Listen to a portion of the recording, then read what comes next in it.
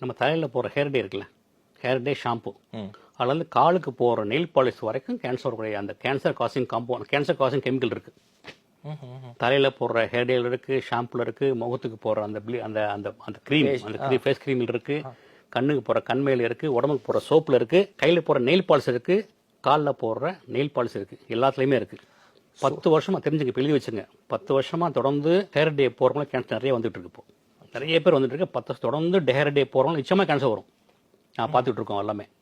அதே மாதிரி வீட்டில் பார்த்தீங்கன்னா, நம்மளோட கிச்சனில் பார்த்தீங்கன்னா, இது பார்த்து மைக்ரோவேவ் யூஸ் பண்ணக்கூடாது, கேன்சர் வரும். ஃப்ரிட்ஜு, ரெஃப்ரிஜரேட்டர் யூஸ் பண்ணக்கூடாது. ஃப்ரிட்ஜ் யூஸ் பண்ணக்கூடாது சார். ஃப்ரிட்ஜ் வந்து சார் அந்த காலத்தில் வந்து மெடிசனுக்கே தான் கண்டுபிடிச்சான். அது மருந்துகள் கெட்டு போக கூடாங்கிறக்காக கண்டுபிடிச்சான். இப்போ ஹாஸ்பிட்டல்ஸ்ல ஆமாம், அதுக்கு தான் கண்டுபிடிச்சதே ஃப்ரிட்ஜ். நம்மள மாதிரி இந்த ஃப்ரோசன் ஃபுட்ஸ் வைக்கிறதுக்கு 1 மாதம் 2 மாதம் அது ரொம்ப ரொம்ப மோசம். அதுதான் கேன்சர் மெயினான காரணமே. மீட் வைக்கிறாங்க பார்த்தீங்களா, ஃப்ரோசன் மீட், அதெல்லாம் 1 மாதம் உள்ள 2 மாதம் உள்ள கிடக்கும்.